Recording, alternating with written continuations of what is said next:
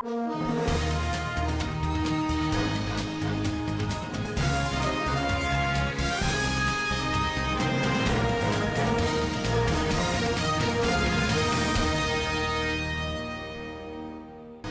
Matawalle to build Olympic-sized stadium in Gusau.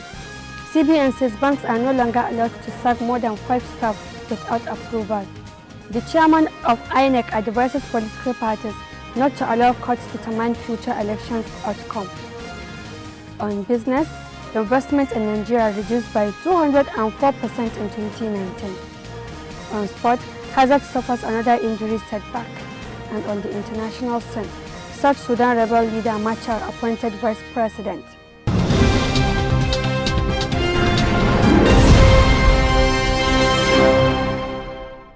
Welcome to Standard Voice Television News. My name is Samira Ibrahim. Now the news in full. Governor Bello Mohammed Matawalle Maradun has announced that arrangements have been concluded for the contract award for an Olympic-sized stadium in Gusau. Governor Matawalle said the stadium will be a 25,000 capacity one and will be modern in structure and facilities. He made the revelation while receiving the touch of unity from the Federal Ministry of Sports in preparation for the next month's sport festival coming up in Edo State. Governor Matawalle further said that plans are on to provide all the 14 local government areas of the state with a mini stadium so that the youth at the grassroots will be fully engaged.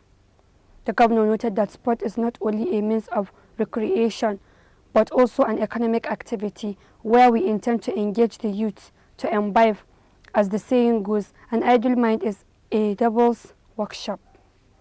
Already, a mini stadium has been incorporated in each of the 3 rugas being constructed by the Matawalle's administration as a means of creating an enabling environment for the repentant youth to try their talent in sporting activities.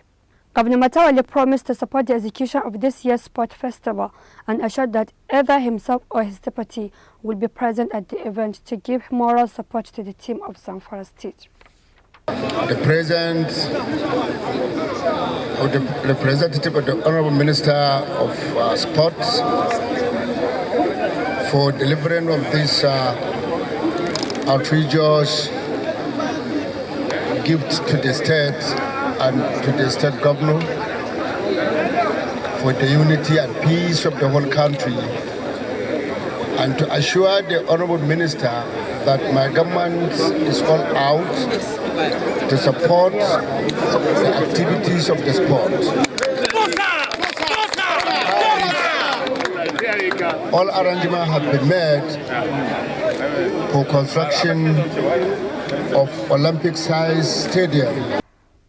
Central Bank of Nigeria (CBN) has given a stern warning to all banks that they must seek its approval if they must sack more than 5 staff. This was stated in a communique released by the Bankers Committee after its meeting on Friday. The committee, in a circular signed by the Director, Financial Markets Department (CBN), Angela Seri Ejembi, emphasized that all banks should send sample of contract letters issued to outsourced staff, with the company being used to run out such staff. It stated that banks should note and be guided by the CBN circular in respect of laying off staff that is more than 5. The Bankers Committee had said the mass sacking in banks will be reduced in the shortest time possible. The committee noted that while it was working on how to reduce the level of job losses in the sector, there will always be reason people will have to be sacked from their workplaces. It explained that while the decision to sack bank workers had elicited a lot of sentiment from both the public and private sectors of the economy, the banks understood the implications of having to relieve workers on their jobs in view of the current economic situation in the country. The chairman of the Independent National Electoral Commission (INEC), Professor Mahmoud Yakubu, has advised political parties ahead of future elections in the country. He urged them to shun acts that could lead to situations where the court will be the ones to determine the outcomes of the forthcoming elections. Professor Yakubu gave the advice when he met with resident electoral commissioners, RECs, at the INEC headquarters in Abuja, the nation's capital. Ahead of the governorship elections in Edo and Ondo states, scheduled for September 19th and October 10th respectively, he decried the recent litigation which resulted in the Supreme Court determining the winners of the polls in some states. The end of tenure governorship elections in Edo and Ondo are holding later in the year. The INEC boss said, given the recent experience with some governorship elections, political parties need to do more to avoid the conduct of acrimonious primaries or failure to observe due diligence in the screening of their candidates, resulting in protracted litigations and eventual determination of the outcome of elections by others of the courts. The Federal Teachers Scheme Recruitment 2020/2021 application form portal are now out. This is a massive nationwide recruitment of teachers into the Universal Basic Education Commission, UBEC. The application form is now available at the Federal Teachers Recruitment Portal 2020, www.ubeconline.com. All suitable qualified applicants should visit the UBEC recruitment portal to see the available job positions, eligibility requirements, and steps to apply. Applicants must possess an NCE, which is also known as the Nigerian Certificate of Education, from a recognized institution. The applicant must not be above 40 years of age and must be of good behavior. Applicants should not be currently engaged either in public or private schools. The Katsina State Branch of the Central Bank of Nigeria, CBN, said it facilitated the refund of 82.4 million naira to customers of the commercial banks in the state in 2019, arising from 57 complaints received by the Apex Bank. Alhaji Dahiru Usman, controller in charge of CBN Katsina State Branch, disclosed this to the News Agency of Nigeria on Saturday while reviewing the achievement of the bank in 2019. Alhaji Usman explained that most of the complaints centered on automated tenant machine ATM dispense errors, wrong transfers, failed transfers, fraud, among others. CBN returned over 60 billion naira excess bank charges to customers. He said that 49 of those cases were resolved while 8 were still pending. In overall, the total sum of 82.4 million naira was refunded to the complainants, while 1.40 million naira was lost to cyber crimes and e-fraud cases during the period under review. The daughter of President Muhammadu Buhari, Hanan, has disowned the State Security Service, SSS, in the human rights abuse allegations leveled against her by Anthony Okoli, a man detained by the SSS for 10 weeks over the use of a SIM card previously used by Hanan. Hanan's lawyer, M.E. Sharif, in a counter affidavit filed on Friday, agreed that the MTN SIM card, which caused the dispute, was once used by her.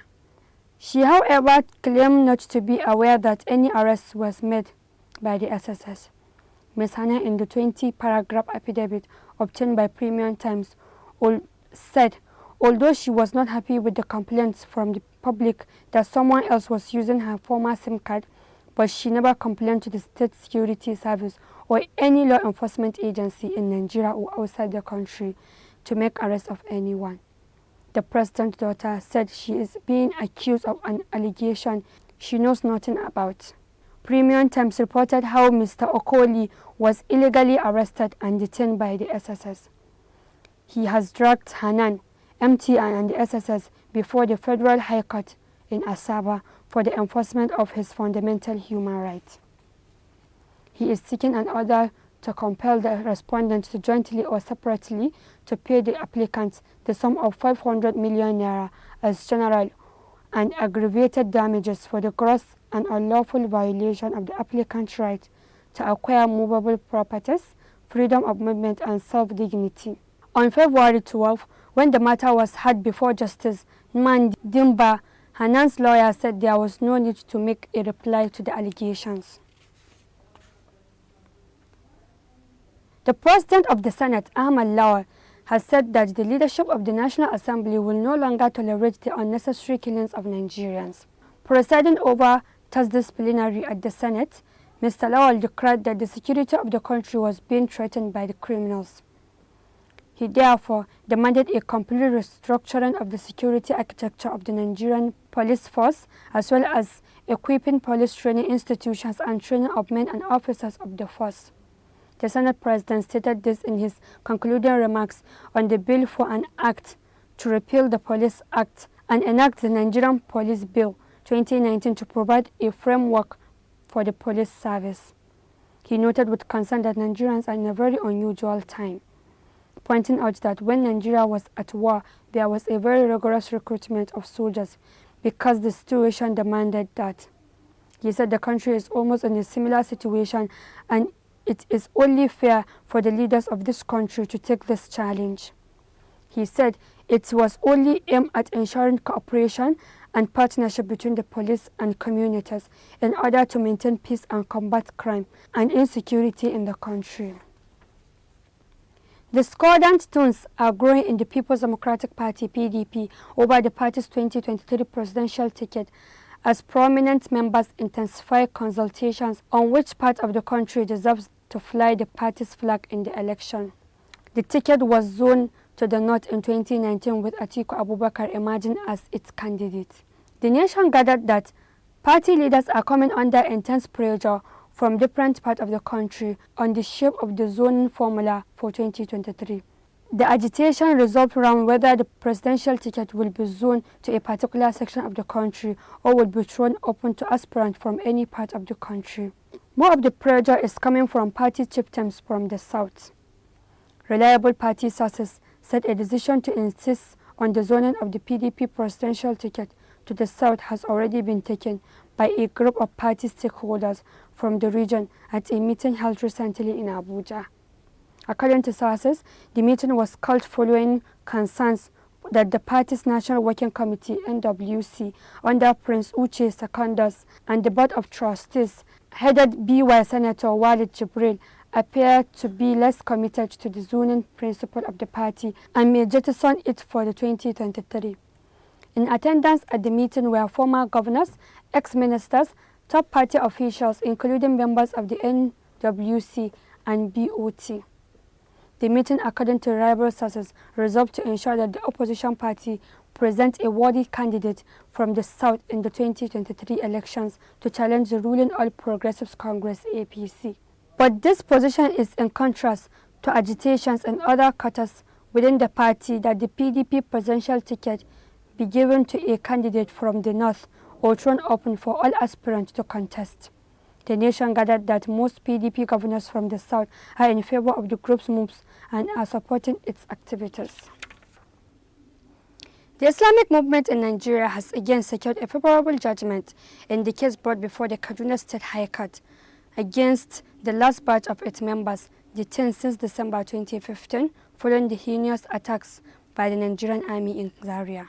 The court discharged and acquitted all the 100 remaining accused members and vindicated the Islamic movement, thereby absolving both the leadership and membership of any blame in the event leading up to the Zaria massacre.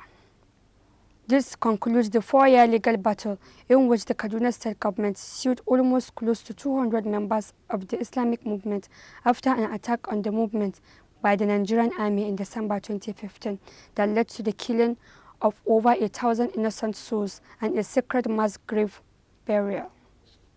We'll be right back after this short commercial break. Stay tuned.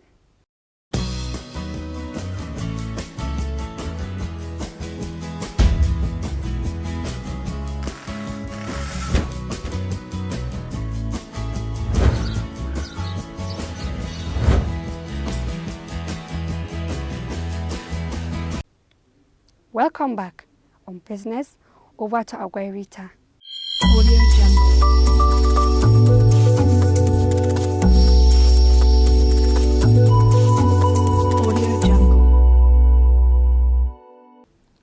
Welcome to Business Desk. The Nigeria Investment Promotion Commission (NIPC) has said that the total value of investment in Nigeria has reduced by about 204% in 2019 compared to 2018.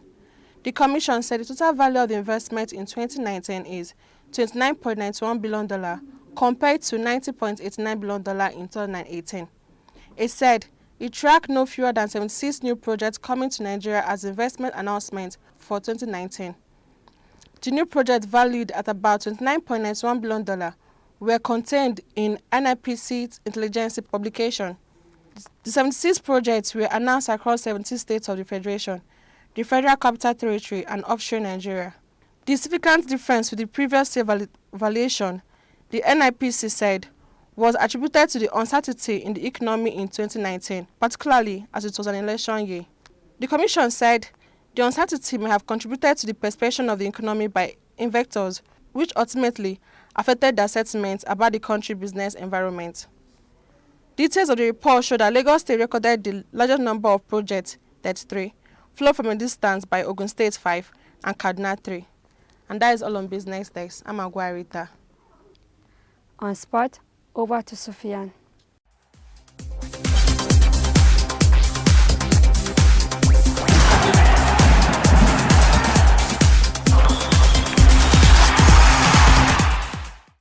Hello viewers, welcome to Standard Voice Television Sports Room.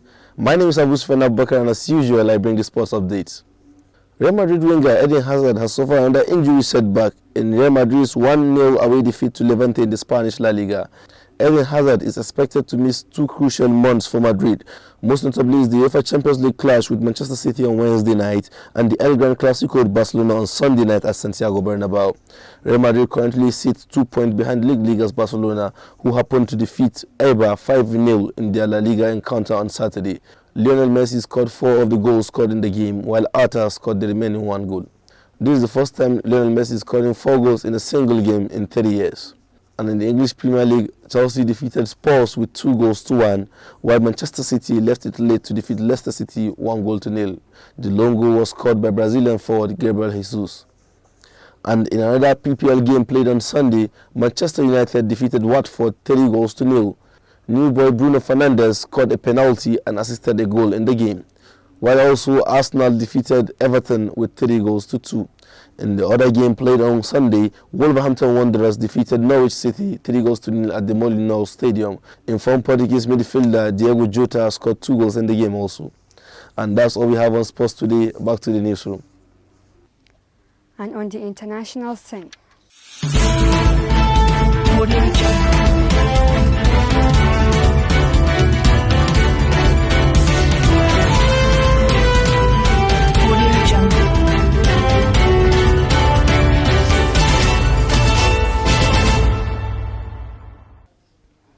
South Sudan President Salva Kiir has appointed former rebel leader Riek Machar as the country's first vice president, a day after the two men agreed to form a government of national unity. All rich South Sudan secured independence from its northern neighbor Sudan in 2011, but fluked into civil war 2 years later. Fighting claimed an estimated 400,000 lives and sparked the biggest refugee crisis since the 1994 genocide in Rwanda. The conflict was triggered by Kiir's sacking of his then deputy Machar, who proceeded to form a rebel faction against the government. The president issued a decree for the appointment of Dr. Riek Machar Teny as first vice president of South Sudan with immediate effect. On Thursday, the former rebels agreed to create a unity government before a February 2023 deadline, paving the way for today's appointment. A previous November 12 deadline was pushed back as key aspect of the 2018 peace agreement, including agreement on the number of states and unification of the army, had not been met. This led to the United States to impose sanctions on some political leaders. But last Saturday, Kiir agreed to reduce the number of states to 10 from 32, a crucial opposition demand. Other components of peace agreement remain outstanding. Kiir said on Thursday that they will be finalized in the coming days. Machar is due to be sworn into office on Saturday, alongside 3 other vice presidents appointed to their roles on Friday. Kiir also dissolved the country's cabinet, appoint a new Minister of Presidential Affairs and a National Security Advisor. The rest of the cabinet is expected to be named on Saturday. That has been the news from Standard Voice Television. To end the news, a quick look at the major headlines. Governor Matawale to build Olympic-sized stadium in Gusau. CBN says banks are no longer allowed to sack more than 5 staff without approval. The chairman of INEC advises political parties not to allow courts to determine future election outcome. On business, investment in Nigeria reduced by 204% in 2019. On sport, Hazard suffers another injury setback. And on the international scene, South Sudan rebel leader Makar appointed vice president. That has been the news. On behalf of the production crew, head of news and current affairs Ibrahim Garbatino, I am Samira Ibrahim, wishing you a pleasant time. Keep watching Standard Voice Television News. Goodbye.